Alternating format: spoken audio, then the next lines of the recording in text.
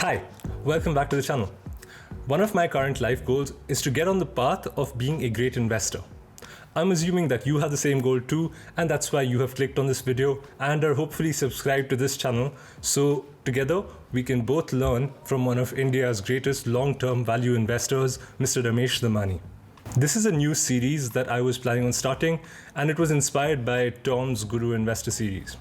Do check those videos out if you haven't already, and let me know in the comments if you'd like me to cover more lessons from other Indian investors.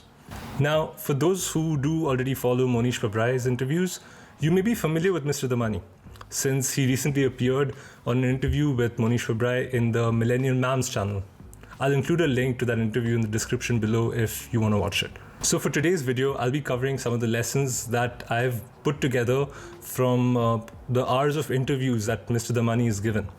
I hope you like them. The first lesson is to buy a business, not just a stock, and make sure that it's in your circle of competence. So Mr. Damani had finished his schooling in the US, and then he came back to India to join his family business, which was in the stock brokering space. This was right around the time that the Harshad Mehta bubble was just beginning, around 1989. I presume that he had studied maybe computer engineering or computer science, since he mentioned that he was interested in technology and coding. He tried to figure out where exactly the money was being made in the Indian markets back then, and saw that the most active stocks were in the cement and the steel space. A lot of the companies that were in the old world economy. These businesses were really out of his own circle of competence due to his background in technology, but then came along Infosys.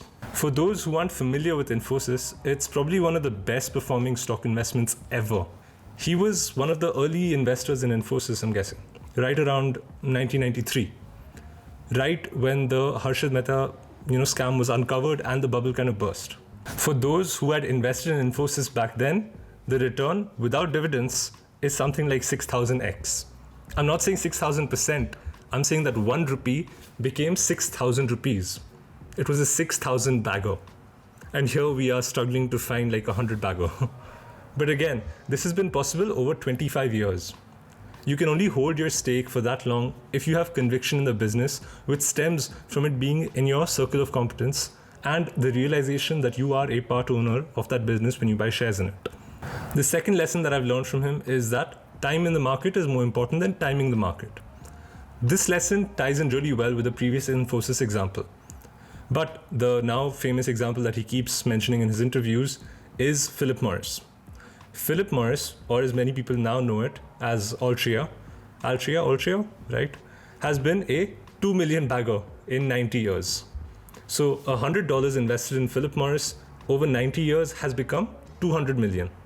This is a beyond ridiculous return, but if you look at the CAGR, the compounded annual growth rate, it's around 15-16% per year.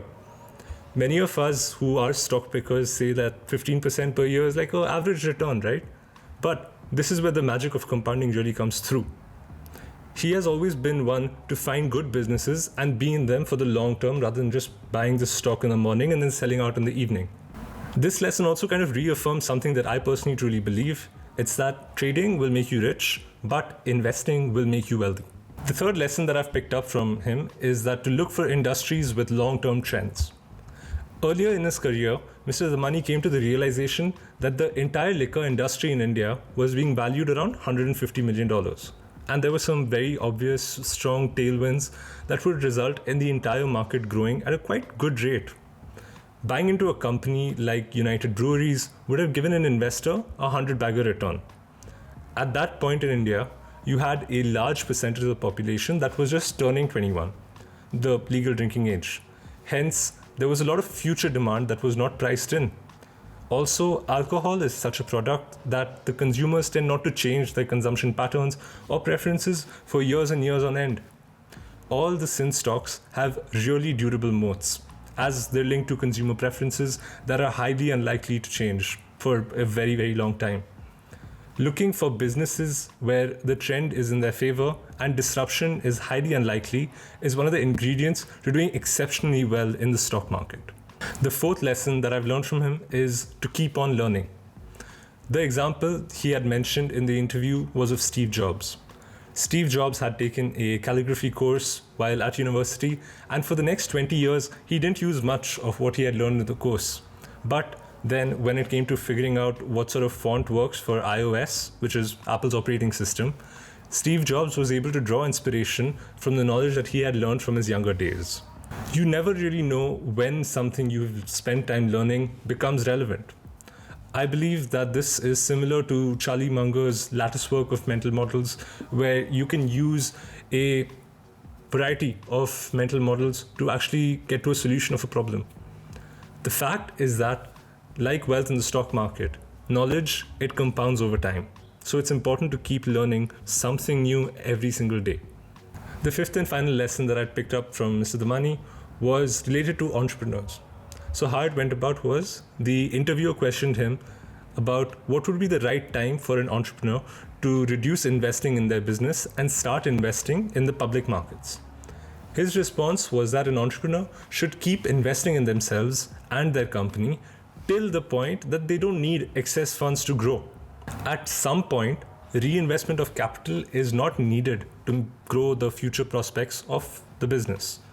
When an entrepreneur has reached that point where they have excess funds, that's when they should start allocating capital to other external investment opportunities. I hope that these lessons were useful and help you on your own investing journey. There are a lot more lessons that he's shared in other interviews and talks that he's given that I may have missed. If you know any of those lessons, please do share them in the comments below. It would be great to read them and learn from them. Do leave a like and subscribe to this channel if you haven't already. And thanks for watching.